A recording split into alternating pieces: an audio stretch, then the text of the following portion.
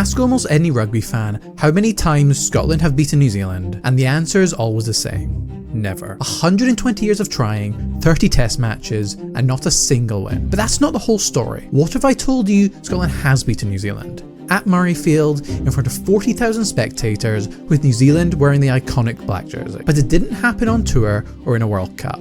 But in 1946, just after the end of World War II. This is the story of the day Scotland quietly made history, and the game that doesn't count. During World War II, international rugby for the most part went on hiatus, and most of the rugby that was played was through the military. Many players who played against each other in the Home Nations Championship in the 30s were thrust together and played with each other for teams like the British Army or the Navy, and many would never play again after losing their lives in the conflict. And now, once the war was finished, the unions had a task to reinvigorate and introduce a new generation of players to the national game. So they decided to play a series of international matches over the end of 1945 and start of 1946 called the Victory Internationals. That involved France, Scotland, Ireland, England, Wales, and New Zealand. But due to the lack of experienced players, it was decided that these games wouldn't be fully capped internationals. In fact, the only team that did award caps initially was France. Everyone else didn't, and New Zealand, despite playing in their iconic black jersey, didn't even play under the moniker All Blacks. They went by a few names, most commonly just referred to as the Kiwis, but also the Khaki All Blacks and the 2nd New Zealand Expeditionary Force rugby team, or just New Zealand Army, because all the players selected for the Kiwis were servicemen currently in Europe and North Africa.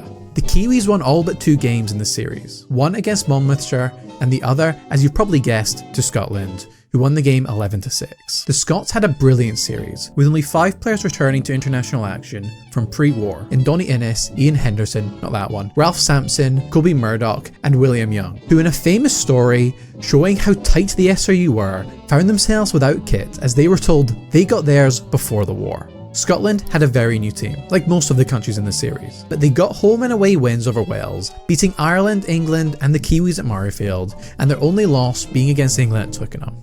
But that success didn't last long, as they were whitewashed in the first post-war Five Nations in 1947. The game at Murrayfield against the Kiwis was a magical affair, and even though the Kiwis weren't officially the All Blacks, they did beat England and Wales as well as France twice during their tour, and had 10 players who either had already been or would become fully fledged All Blacks. And this is in a time before replacements. They were led by one of these men in Charlie Saxon, who gained 3 caps for New Zealand in 1938. But this game wasn't the first time that the New Zealand tourists would come up against Scottish opposition in this tour.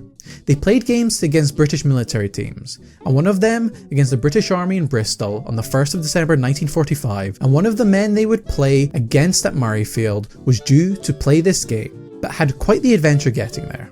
The Scottish centre Russell Bruce was stationed in France, but had travelled back to the UK for multiple matches like these during the war, so he thought this would be no different. But when getting his train, he would discover that the terminus had been changed, so he missed his connection, and thought he wouldn't be able to play. But his driver had different ideas, and ended up driving to Cali all through the night to catch his ferry. But on his arrival, he was actually arrested, as all the papers were all on the train he had missed. But nonetheless, he had been put on the ferry to Dover, and when he got there, they called the Army Sports Board to corroborate his story, who confirmed he was meant to be playing. Due to his escapades, he claimed he was a bit of a write-off in that game, which benefited him for the Scotland match, as when playing for the Babas a few years later, Fred Allen, the New Zealand halfback, said they had completely written him off for the Scotland match due to how badly he had played for the Army in Bristol. To show how well looked after the sportsmen in the Army were, his accommodation for the sleeper train he was meant to catch was apparently better than what most majors got on the same train. Keith Geddes captained the match against the Kiwis at Murrayfield, and became the first man to captain Scotland whose dad, Irvin Geddes, had also captained Scotland. Irvin played 8 times for Scotland and captained them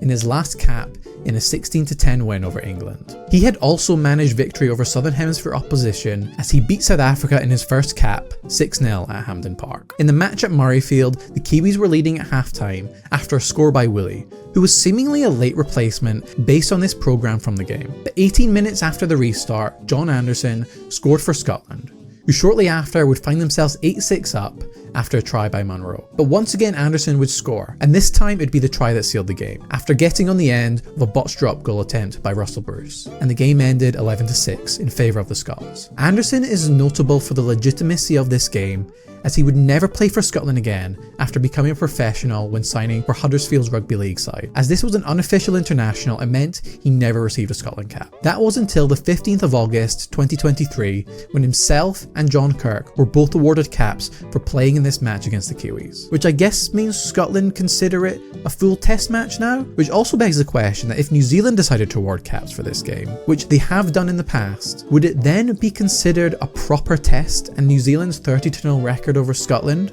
would become 30-1? And all of a sudden, that 19 test match losses in a row to New Zealand at Murrayfield would vanish. Well, okay, it would only drop to 18, but that's still better, right guys? Right? Or perhaps Scotland will just do that themselves in a few weeks and repeat what their countrymen did 79 years ago and beat a New Zealand tourist side at Murrayfield. Here's hoping. But this game should really be remembered more than it is, as one of Scotland's greatest results. It might not count in Scotland's record against New Zealand, but for 120 years of playing New Zealand in 15s, it was the only time Scotland had beaten any New Zealand side until this year when they beat the Maori All Blacks. And most people probably didn't even know what happened. And something else you might not have known about Scotland is that at every home game they carry the ball from their 1925 Grand Slam winning match down the tunnel into the changing rooms at Murrayfield before the match kicks off, which you can learn more about along with 5 other things you might not have known about the Six Nations by watching this video right here. Thanks for watching.